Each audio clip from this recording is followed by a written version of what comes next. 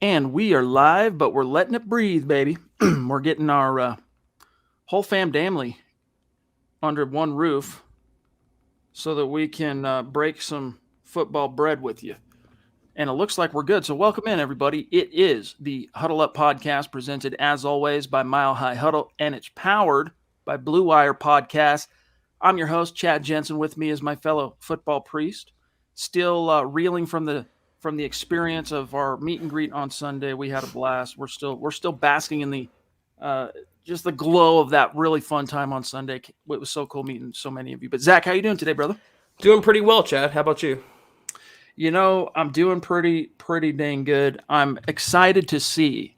News broke, of course, today. Vic Fangio announced Mike Boone has been designated to return off of injured reserve, and he's the running back. For those going, Mike who?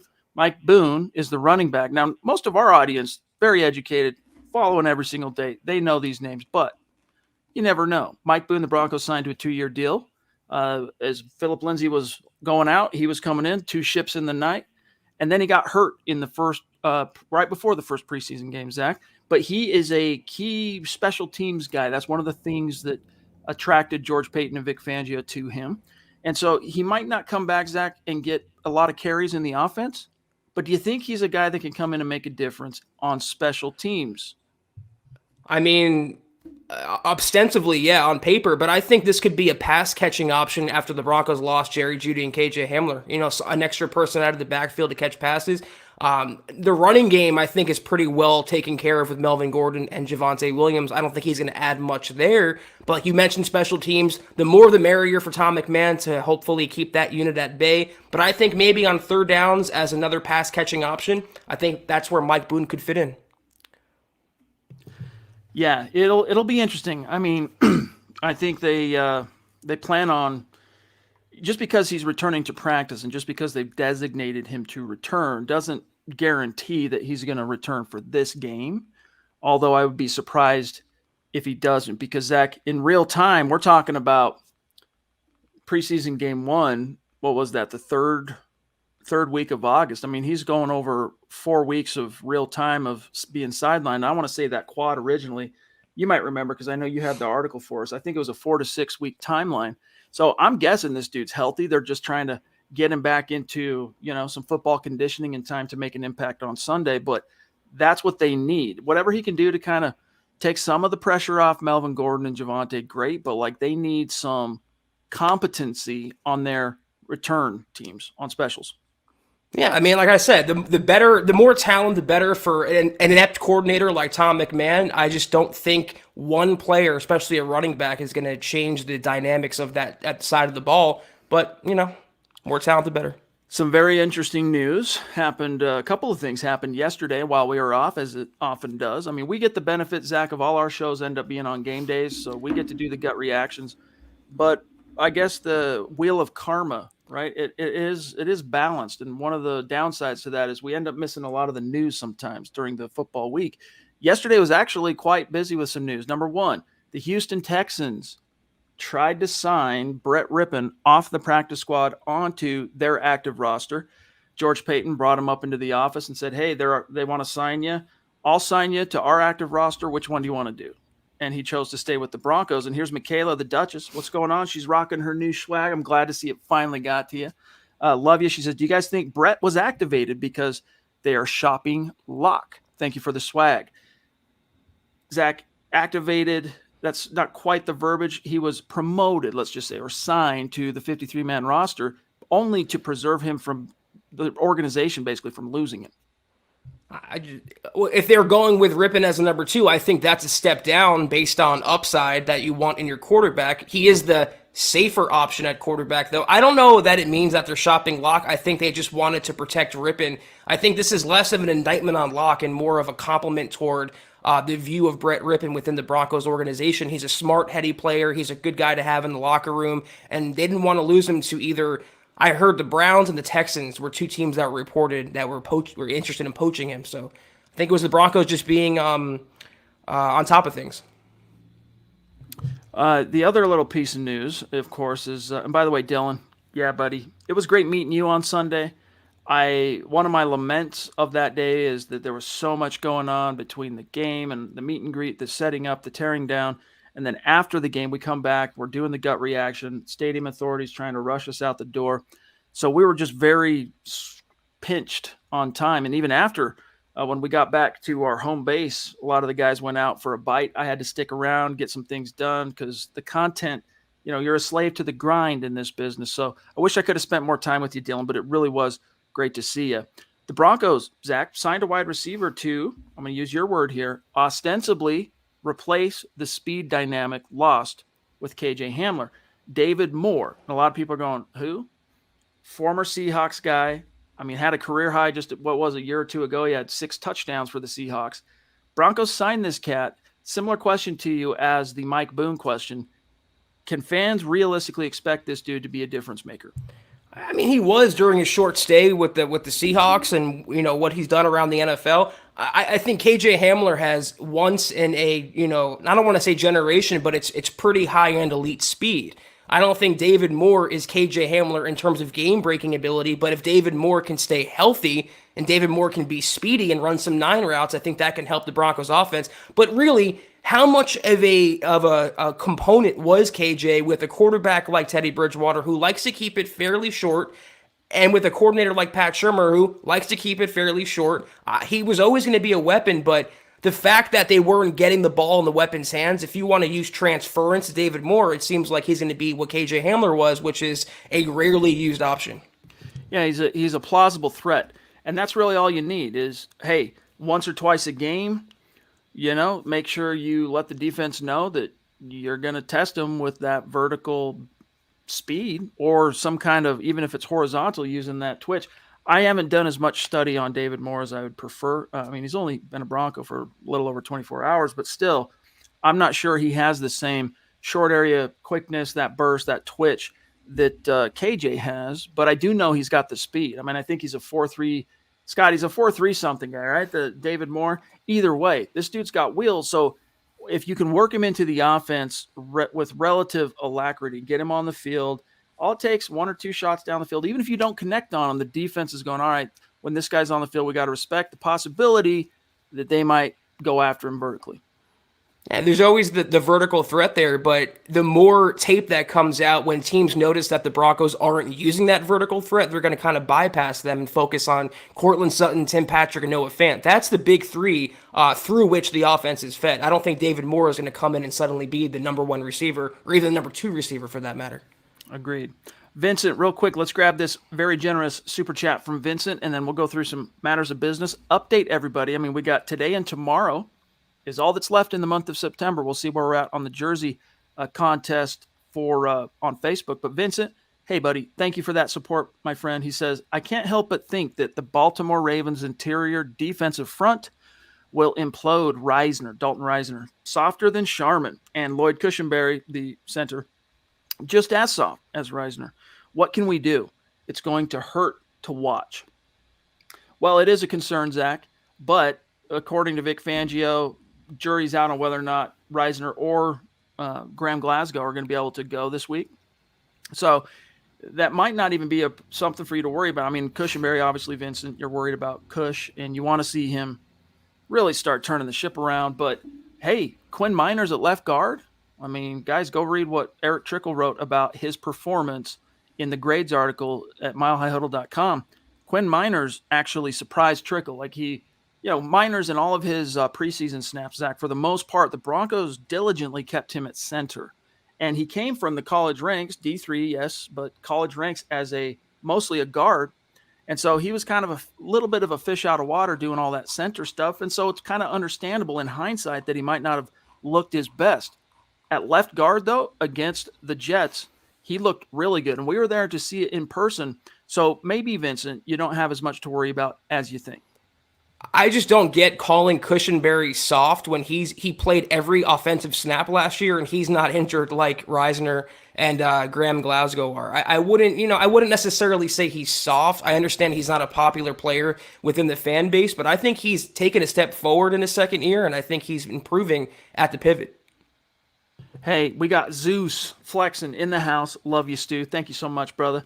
We really wish we could have seen you on Sunday, but hey, we understand you have a life.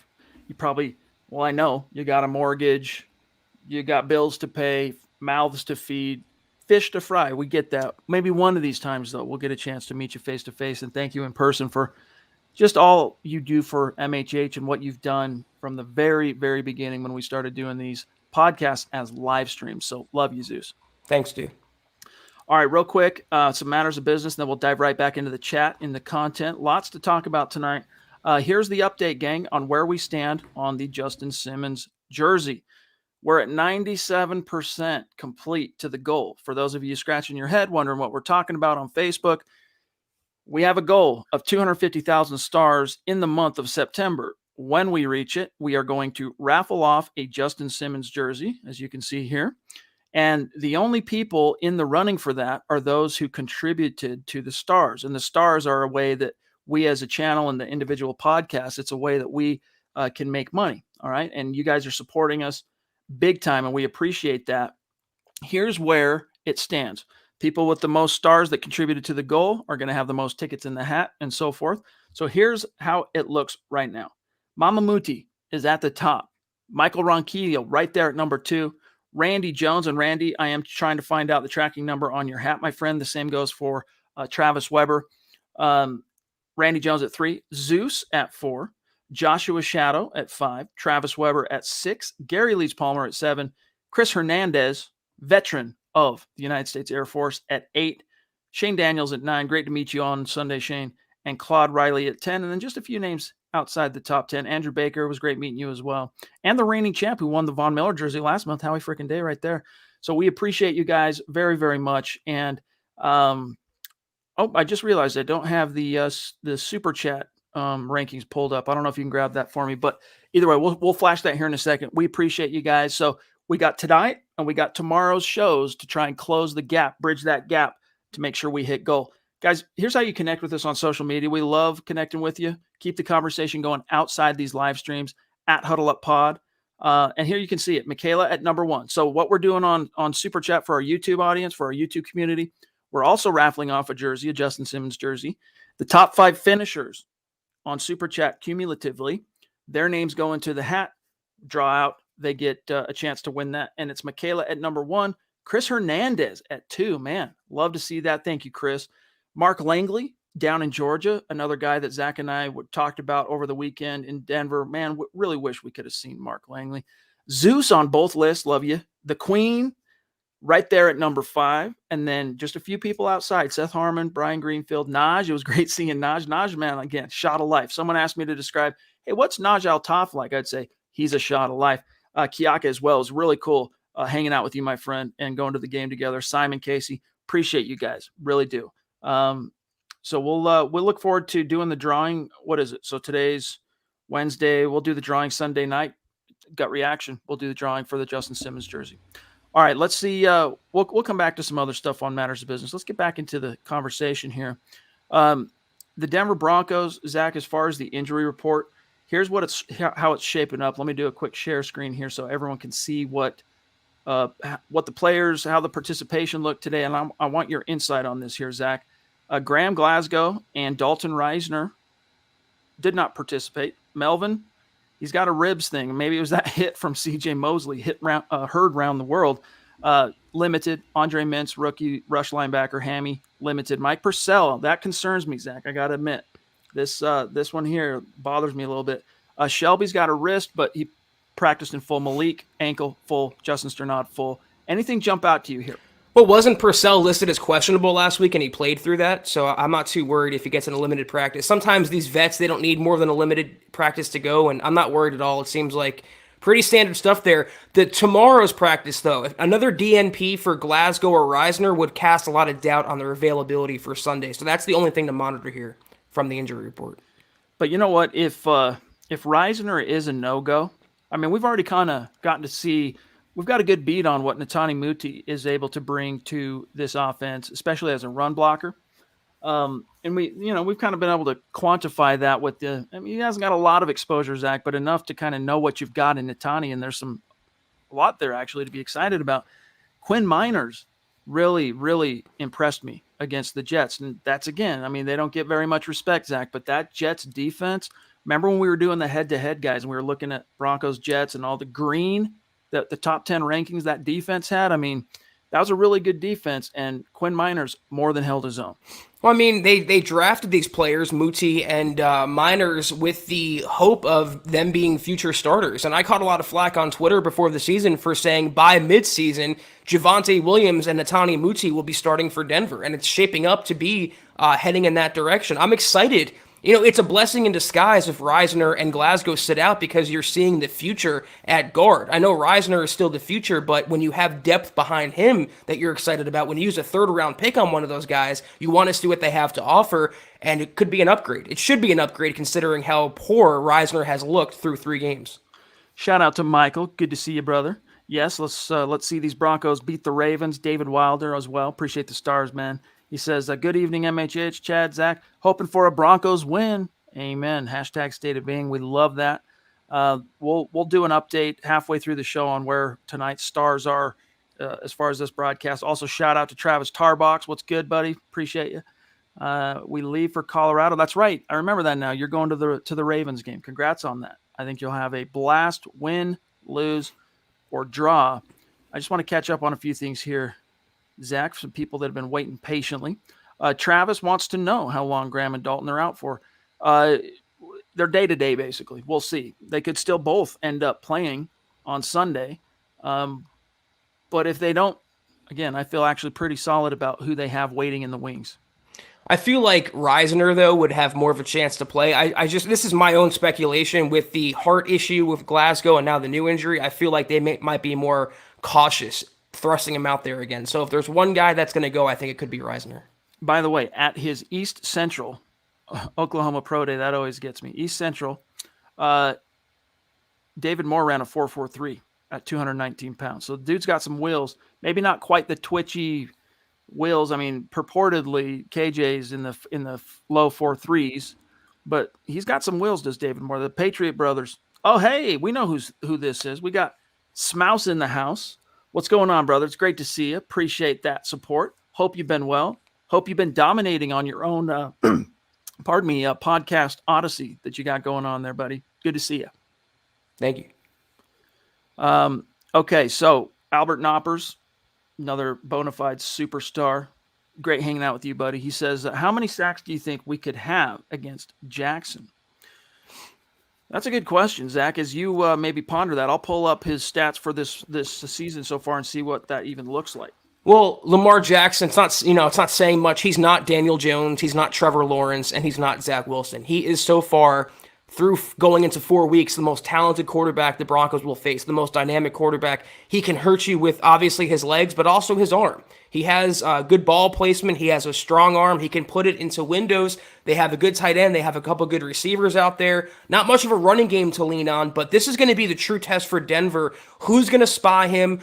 The Broncos going to maintain their gap integrity. Can they stay with Jackson, not let him beat them down the field, especially with his legs? How many sacks? That depends, again, on what the Broncos do to keep him in the pocket. If they allow him to scramble and make some plays, he is one of the best improvisational quarterbacks in the league. But if they keep him in the pocket and make him a pocket passer, he will crumble. So how many sacks? I wouldn't categorize it by sacks. I would categorize it by how the Broncos play him. If they keep him confined to within that pocket, I think they have a good chance of winning the game. Here's an interesting statistic, all right? Lamar Jackson has already been sacked 8 times. That surprises me. Last year, he was sacked a total of 29 times. He's on pace to be sacked 45 times this year. So something's going on with that Ravens offensive line. Well, it's an opportunity, I guess. How many sacks they get, time will tell. Well, they lost Orlando Brown, the right tackle, and their left tackle, Ronnie Stanley's been hurt. So not having your starting tackles kind of hurts you there. But despite that, Chad, he still upset the Chiefs.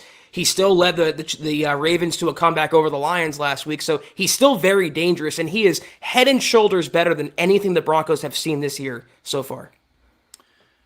Here's Jewel the Fool saying, hey, remember that Noah Fant touchdown against Houston? Yeah, that was what got the party started with Drew Lock's big record day against the Houston Texans, and little dump off, and then Noah makes one-man miss, turns upfield. I also remember that big catch and run, Zach. I want to say it was 70 some odd yards against the Browns his rookie year, week 9. We need to see some of those big impact plays from Noah. And I've seen a lot of fans, Zach, just since Sunday, who have opined via comments on the channel, comments on our site, comments on social media, that Noah Fant looks slower. I got to tell you, I am not seeing that. I don't think he really looks slower per se. But what's missing, Zach, are the big splash plays that we know he's capable of making.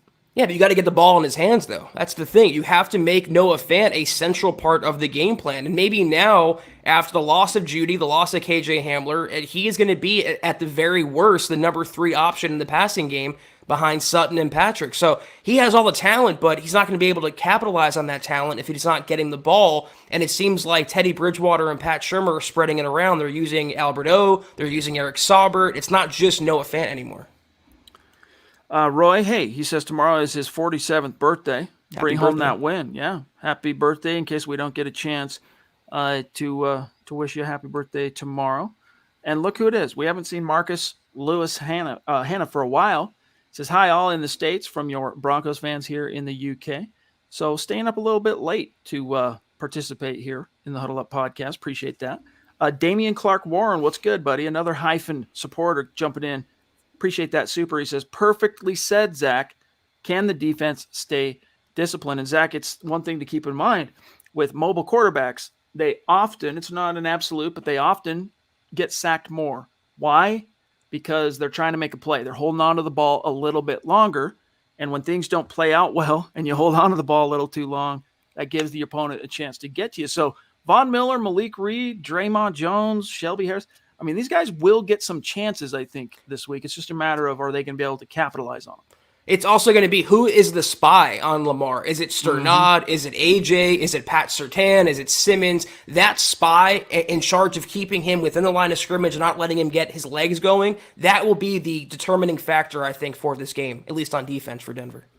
Colby on Facebook, we appreciate you, my friend, and all the star support. He says, can we stop Jackson from getting 100 yards rushing?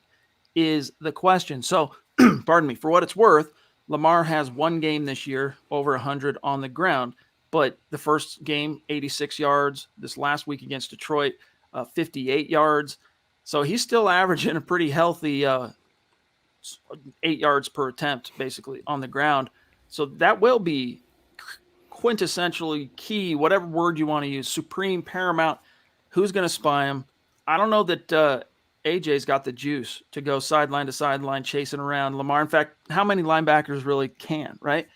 But maybe if you're looking to tap a guy that has the best potential skill set to do that, it's Justin Sternad as far as role, and maybe even Baron Browning. But what do you risk by putting Baron on in terms of his relative inexperience? Exactly. Yeah, I don't think Fangio is ready to trust Baron with that important of a role. I think it could be Sternad. It could be someone like Pat Surtain, who can be that movable chess piece on Sunday, considering the Broncos have their cornerbacks and the Ravens don't really have much of a receiving threat beyond their 2 receivers and their tight end. So it's going to be interesting, and if they can keep him within the line of scrimmage, they have a really good chance of keeping that Ravens offense down. They're going to get yards, they're going to get points. It's a matter of how many are they going to get.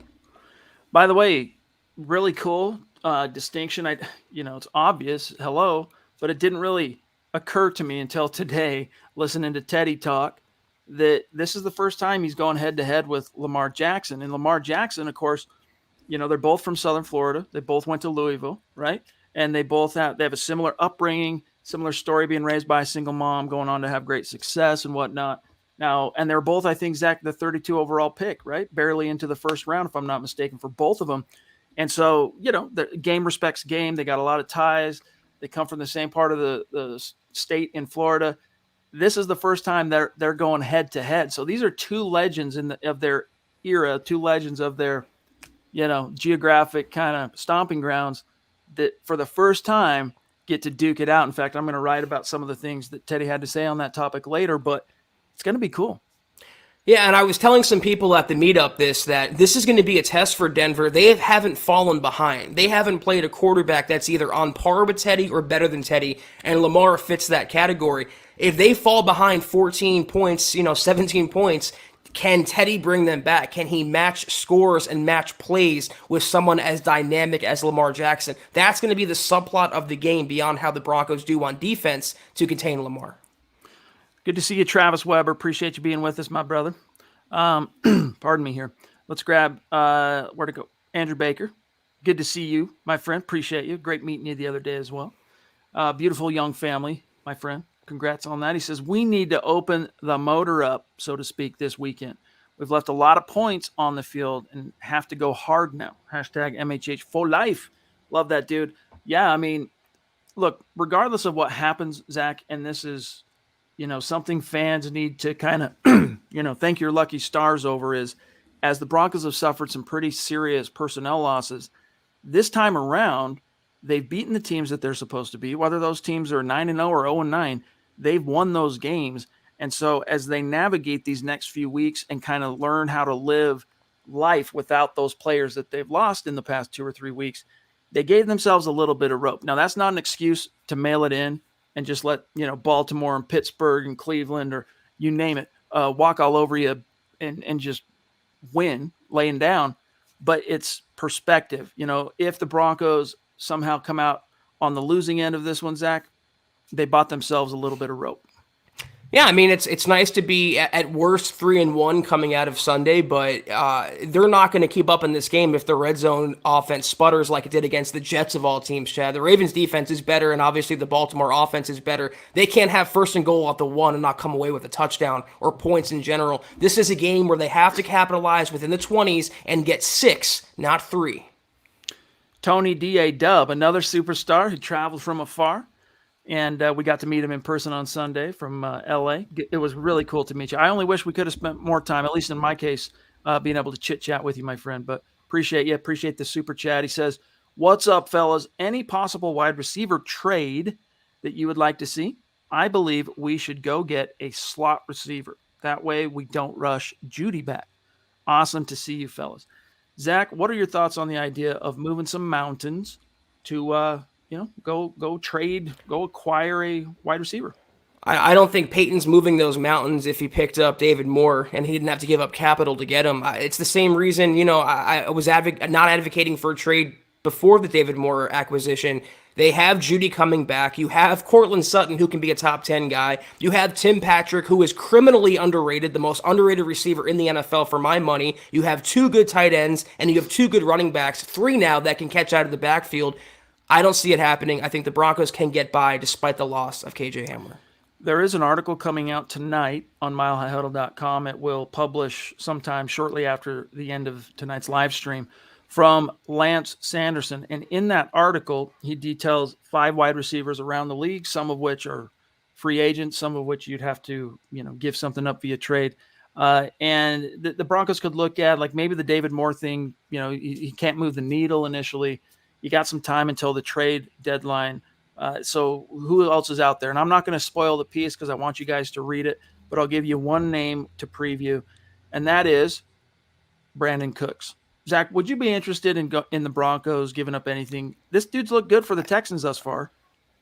Well, the Texans would have to be open to trading him, number one. Number two, if they weren't getting the ball in KJ Hamler's hands, why would you take on Brandon Cooks' contract, which I'm assuming is fairly hefty, and give up a draft pick on top of that for a guy that won't be your number 1 receiver, won't be your number 2 receiver, and might not be your number 3 receiver in this offense with Teddy and Pat Shurmur? So I'm not on that train at all.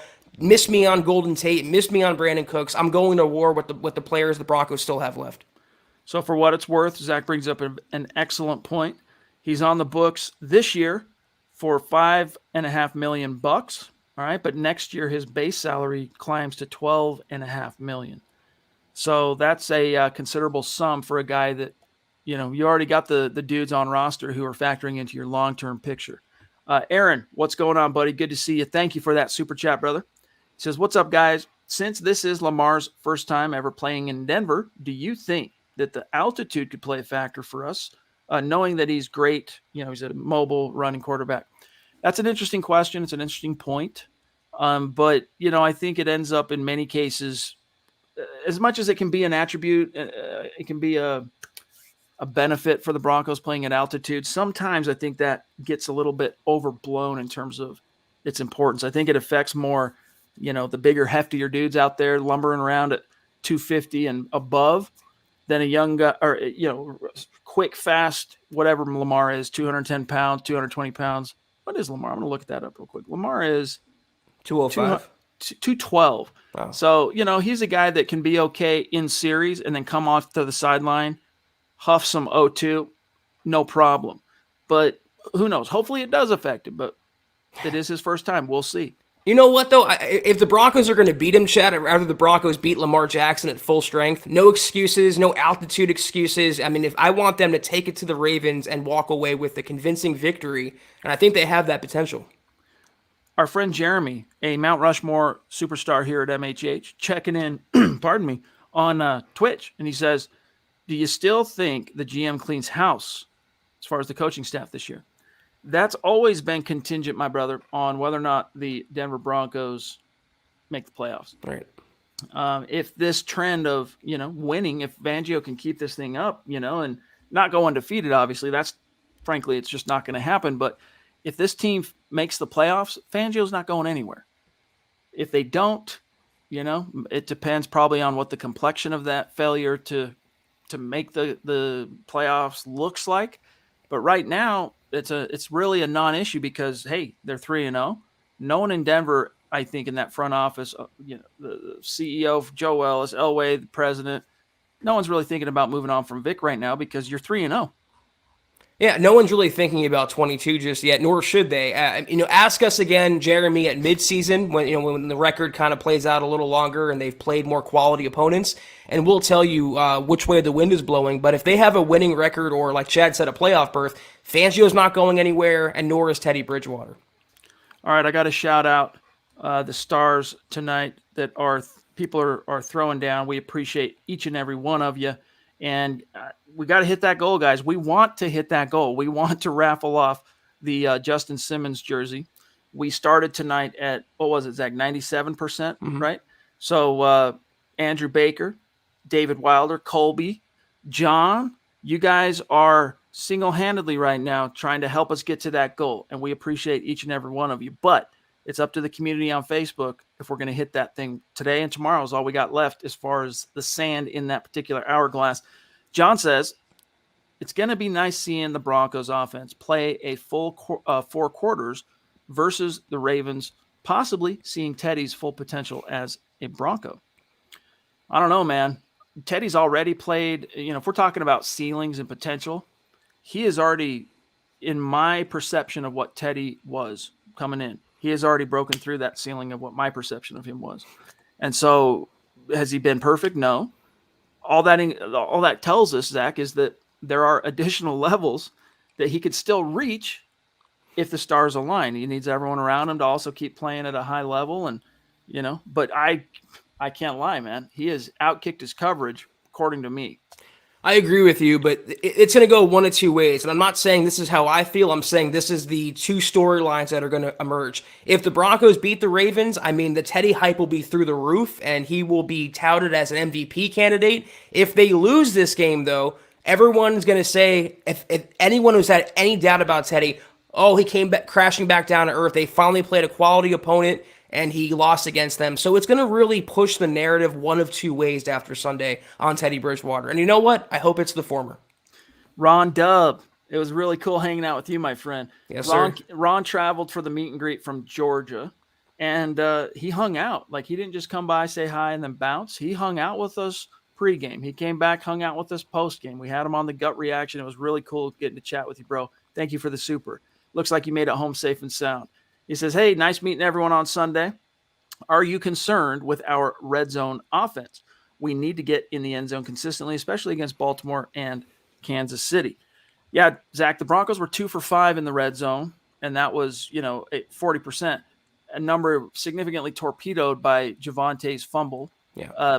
So you take that away, which you can't. It's a part of the tapestry now. It's in the books. But if you take that away, you're probably north of 50%, and, people aren't talking about it as much, but this is something Fangio addressed after the game. He claims he's not worried about it, but I'm not going to lie to you and tell you that I'm not. We need to see this team close inside the 20, Zach. Yeah, I mean, again, you can get by with being 40% against a team like the Jets, Chad, or the Giants, or the Jaguars. You can't get by when the competition rises and you're playing the Ravens, the Chiefs, even Vegas. A team like that can has a potent offense, and you may have to match scores with. So it's going to be a big test on Sunday for Denver, what they're going to do on offense, and if they can keep up with a more quality opponent. I'm very interested to see what's going to happen. Albert brings up something that we used to really lament here on the show. We used to worry at it like a dog on a bone, the strength and conditioning and all the lower leg injuries and whatnot. He says the personnel we need to lose is McMahon and Martin. What's his name? Lauren Lauren. Lando. Martin Lando's an actor. Anyway, it was interesting, Zach. Thank you for the comment there, Albert. It was interesting to hear. I want to say I want to give credit on this one where it's due, because most of the credentialed media in Denver that are there asking the questions at the podium and whatnot, they kind of try not to be too confrontational, right? And Vic Fangio was asked point blank today if now it was a little bit more of a specialized question involving hamstrings, all right, but he was asked if the team's recent injuries, hamstring wise, and he listed the players, including OJ Mudia, Darby. There's another one I'm missing. Here we go. Jonas Griffith, the special teams linebacker that now is on injured reserve, that was just hurt. If he's had a conversation with Landau, the training staff, about a possible trend in hamstring injuries and whether he's concerned, here's what Fangio said, quote, "No, you've got Jonas, Darby, Ojemudia. Michaels was more of a contact type thing, the way his leg came down. But no, I think we've had a good year in regard to that." What is he talking about? A good year in regard to hamstring injuries only? And I guess that really was the main crux of the question, Zach, was hamstring. But still, how can in any world you say, especially 2020, 2021, that the Broncos have had a good year in regard to anything relative to injuries below the waist? Yeah, I was going to say, what about the other 2 years? I mean, are you just focused? So you have that much tunnel vision? Then again, though, what else is he going to say, Chad? Is he going to throw Landau under the bus publicly? He's going to say, I see a trend and it's disturbing, and I'm blaming my strength and conditioning coach for the injuries. There's more to it than coincidence, and we've been beating this drum for a while now. And anytime you bring it up, you get shut down and you get, just tamped down. There is something going on. I think the training regimen has played a part in the lower body injuries and the injuries in general in Denver the last couple seasons. Christian, appreciate you, brother. It's good to see you. He says, Reisner has been so bad. Playing Quinn doesn't scare me. Well, yeah, I mean, even if Quinn hadn't played in week 3 and played well, it doesn't scare me either, because Reisner has been so bad that you're like, how much worse can it really get? Like the next guy on the depth chart, how much worse can it honestly get? And this was something that in our conversations hanging out over the weekend face to face that I discussed with Eric, and he said, look, it's just Dalton Reisner not a great fit for the Mike Munchak blocking scheme. That's the unfortunate reality up to this point. And so whatever you miss, in what Dalton Reisner brings to the table as a leader and as kind of an emotional firebrand that keeps his guys stoked. I mean, Zach, did you notice, for example, before he went down in week 3, Dalton Reisner, man, like he was in between snaps, in between series, constantly trying to rev up the crowd. Like the dude is just a ball of energy, and he sets a tone. And that's not something that you should look past too far. But at the same time, the play has not been commensurate with that. And so that's the unfortunate pickle the Broncos find themselves in with Reisner. Exactly. I don't really care if he's a ball of energy. I don't care about any of those intangibles. I want the best play on the field and the best players on the field. And Reisner hasn't been that. But you have to wonder, like you've brought up before, is he playing out of position? Would he be better at center? Would he be better at another area on the offensive line? Was left guard just a bad spot for him? Dude, he played right tackle at Kansas State. And I get it that he lacked some of the length that teams typically mandate for tackles, but the dude didn't give up a sack. I don't know what it was, final 2 years as a Wildcat. Like, try him a tackle before. And listen, it's way too early to say, the Dalton Reisner era in Denver's coming to an end. Pump the brakes on that. But if it ever comes to that point, you got to try him at tackle, I think, before you would ever, because he's just such a good dude, and he again a leader, firebrand. Before you would ever say, "Look, you're just not getting it done on the field," I would try him at tackle. But for now, I think the Broncos remain committed to the inside. Marcus wants to know, what is the best way to beat the Ravens? Is it the running game or having Teddy throw? So, if you ask me, Zach, the best way to beat the Baltimore Ravens is to stay on the field. Exactly. It's a similar approach to, how do you beat Pat Mahomes? Well, you got to score points, duh, but you've got to stay on the field. You got to consume drives. Yep. You got to put the onus on the opponent to have to kind of make up ground, keep them cold, so to speak. So, hey, if it's a ground game, Zach, or if it's a nickel and diming horizontal dink and dunk passing attack, I don't care. Just find a way to convert on third down and then make sure those trips inside the 20 result in points. There's an old NFL adage: a quarterback can't beat you if he's on the sideline. And it used to be said about Tom Brady a lot. And it's the truth. Same thing with Mahomes now, or same thing with any other elite quarterback. If he's not on the field, he can't hurt you. So if you use the running game and you have these long drives and you convert those long drives into touchdowns, that is the biggest way. The Broncos are going to lose this game more than likely if they're counting on Teddy to match wits with Lamar. They have to win this game with their defense and their running game. Here, speaking of balls of energy, we got Naj in the house. What's up, bro? Good to see you. Again, dude, I missed you. I was about to call you onto the show Sunday, and I turn around and look. Where's Naj? Oh, I think he had to leave. But either way, brother, it was really cool getting to meet with you, hang out with you for a while. You're a lot of fun, my friend. He says, great meeting you, brothers, on Sunday. The Ravens blitz a lot, and Teddy has been money, pardon me, against pressure this year. Do you think Spencer Deontay can be a viable option to stretch the field against those all-out blitzes? Zach? Well, obviously, George Payton doesn't think so, or else he wouldn't have claimed David Moore, who's a speedster. Deontay Spencer is a placeholder wide receiver, and if they were healthy, the Broncos, with Jerry Jeudy and KJ Hamler, Spencer wouldn't even see time at receiver. He's a strict punt returner as far as I'm concerned. So theoretically, with his speed, he could, but would you count on him to reel down a pass when you throw it to him down in coverage? I don't know that I'm there quite yet on Deontay Spencer. Your Place Coffee is not a name I recognize in our chats, but welcome. Appreciate you being with us. Teddy has not scored 30 against these low-quality teams. Is that any better than the last 5 years? Well, here's the thing you got to keep in mind, all right, on that. The Broncos, what do you do when you're an NFL team? We're not talking about college where they're running up the score any given chance, right? In the league, because rosters are more finite, healthy personnel is a much more precious commodity. NFL teams, when you go up 2-3 scores in the second half, they dial it back. You're not trying to roll out every wrinkle and, cool feature of the playbook. You're playing it a little bit more conservative. You're just kind of trying to grind it out because you've got this in the bag.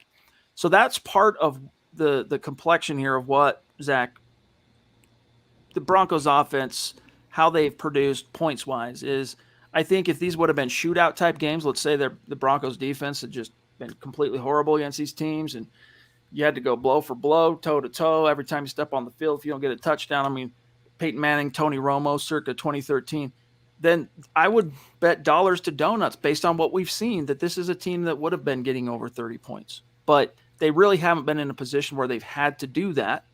And their red zone struggles, I think, are the other component to what's held them back from getting over that 30 mark. Well, it's all relative, too, because for last season, they averaged 17 points a game on offense. Now they're in the 20s at least through 3 games, and they're 3-0, and they've won these 3 games fairly handily. So it's nitpicking to me not to, to criticize them for not getting to 30. They've gotten to a higher point total than they did last year, and they're 3-0, and they've won convincingly. So no bones to pick. Hey, Colby, appreciate those stars, brother. He says, great pod. I missed a few live pods, so here's a little help. Go Broncos. A winnable game if we contain Jackson. Appreciate that, Colby. Yes, indeed. And, guys, we still got a gap to close. We want to get to that 250 by the end of tomorrow. We got a gap to close on Facebook with the stars. But the Ravens, up to this point, and you got to remember, there's fool's gold in more ways than one. when it comes to the NFL early season. You see a lot of teams, and we're knocking on wood in hopes that the Broncos aren't one of them, but you see a lot of teams. Oftentimes, Zach, they get out to hot starts, 3, 4, 5-1, whatever it might be, and then they crumble down the stretch. And then you see teams that are, kind of perceived to be more of your perennial playoff teams. I mean, I can think of countless times where, is this the year that Tom Brady's not going to make the playoffs because the Patriots get out to a slow start? Same with Big Ben. The Ravens up to this point, Zach, have not looked like the juggernaut they were last year or the year prior. Up to this point, you can't bank on that. You have to go into this approaching it, if you're the Denver Broncos, like this is, the big bad wolf. Like you got to give it everything you got, because at any moment in time, this team could shift into, the zone, so to speak, let's just say the Ravens, and start reaching its potential that we know it has. So it's the onus, I guess my point here, Zach, is the onus is on the Broncos to make sure that doesn't happen this week. Compared to the Giants, the Jaguars, and the Jets, though, the Ravens are a juggernaut, and they're by far the most imposing team the Broncos have faced thus far. But I'm with you.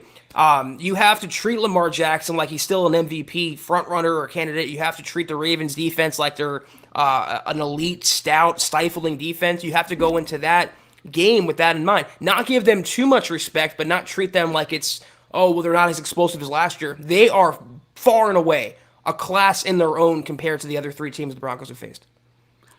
Guys, we have to get out of here a little bit earlier than usual tonight. We have some business we got to take care of. So any burning questions, any burning topics, get them in the chat right now, because we do have to keep tonight a little bit closer to the quick than we might normally. So Andre wants to know here, Zach, if Drew Lock won these 3 games, do you think people would rate us higher just because of his upside? Who knows, dude? Who knows? Listen, you're never going to know. Broncos moved on from Drew Lock, basically, right? They didn't cut him. They didn't trade him. But they said, look, you're not our best option now, and that probably means you're not our best option in the future. So thanks for everything. Take a seat. And so far, Teddy has not made the coaches look like fools for that decision. I think based on what we know, it would have been the opposite. They would have found every way to play down the Broncos' success with Drew Lock, whereas with Teddy Bridgewater, he's getting all these accolades for the Broncos being 3-0, citing his stats and his deep ball and MVP and this and that. I mean, I think if the Broncos were 3-0 with Drew Lock, he would be the last one getting credit. But with Teddy Bridgewater, he's the first one getting credit for 3-0. Yeah, and on the topic of Drew Lock, as Jeremy brings up here, he says, I wouldn't be surprised if a desperate quarterback-needy team tries to pry Lock off our hands. I wouldn't either, honestly. I mean, because Lock, if you take out this summer, wow, thank you, Seth, my friend. A very generous super sticker. I got to see what it is. We'll see if I can flash it. Let me see on the back end while I'm looking this up, though. Here it is. Here it is. We got an emoji Godzilla of some sort. Hold on. Oh, there it is. Can you guys see that there? All right. Wreck and shop. Appreciate that, Seth. Thanks, buddy. But Drew Lock, let's say, Zach, you take away 2021 and anything he's done this year. All right. Drew Lock is an attractive option to a lot of teams out there, whether they're QB needy or not, because of the potential he has flashed. Hasn't been anywhere consistent enough to hang your hat on. That's why he's not the starting quarterback right now. But Zach, then you factor in that he looked pretty damn good in training camp, or at the very least, I mean, even if you want to say, hey, beauty's in the eye of the beholder, I don't think he looked damn good. If you don't at least acknowledge that he appeared to have taken some pretty measurable strides in progressing, then you probably got an agenda. You're either lying to yourself or just outright lying. All right. Drew Lock took steps. So my point here, Zach, is I can promise you the phone has probably rang more than once. Teams just checking the temperature with George Payton on Drew Lock. Well, what quarterback needy teams are out there right now? Even teams that lost their quarterbacks. I mean, look at the Dolphins. They lost Tua, and they had Jacoby Brissett almost beat the Raiders.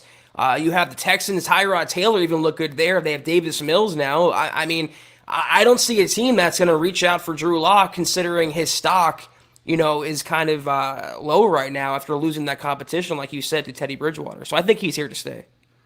All right, guys, last one here from Cody Dub. Hey, bro, appreciate that. He says, is 30 points easy with no hiccups? I'm not sure what he's really asking here, Zach. I think if the Broncos play like a flawless game, is 30 points achievable or easy? And I think it definitely is. No doubt. And that's part of the point I was trying to make earlier, is you haven't seen this team play to its potential in more ways than one. And I think largely you haven't seen the coaches anyway try to play the potential because they haven't had to. They've gotten out on top of every opponent quite early. And, so they've been able to, not quite mail it in. I don't want to make it sound like it was, that dominant. The Jets game is one thing, but still, the Pat Shurmur, look, when you've got this thing well in hand and it's the third quarter, you're not calling all the best plays. Why would you? You don't want to put that out there when you got this game in the bag. You're going to hold on to that stuff. So I think the best is still yet to come, even with the personnel losses that you've seen this team suffer on the offensive side, which up to this point, let's face it, Zach, quite considerable. I think if the Broncos win this game, Chad, they're not going to win with 30 points. They're going to win this game with 17 points. Their best hope is to keep Lamar Jackson off the field and play really good defense. I could see like a 17-14 type game. That's more likely to me than I would see a 30-28 type game. All right, guys. Sorry, we got to keep tonight a little bit more brief than we might normally. Here's our shout out to the top star senders tonight. Claude at the very top. Love you, bro. Colby right there. David right there. Andrew right there. And John, we really appreciate each and every one of you, all your support. It means the world. We'll update tomorrow, all right, where we stand on the stars giveaway, the 250K. 97% is where we were at tonight.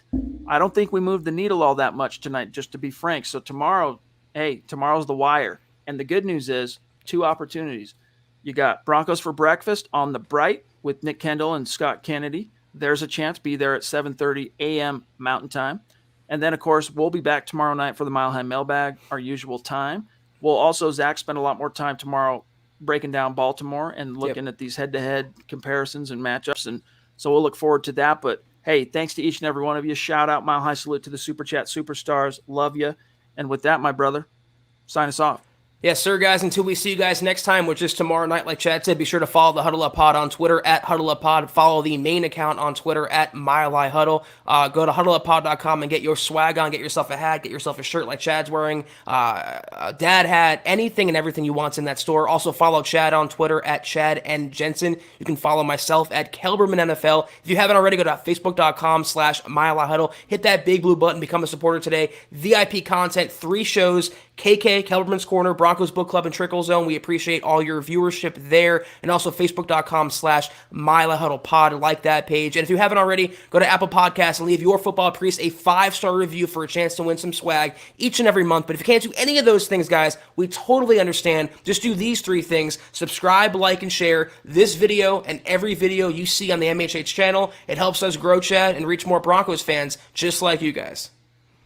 That's right. Love y'all. We'll see you tomorrow.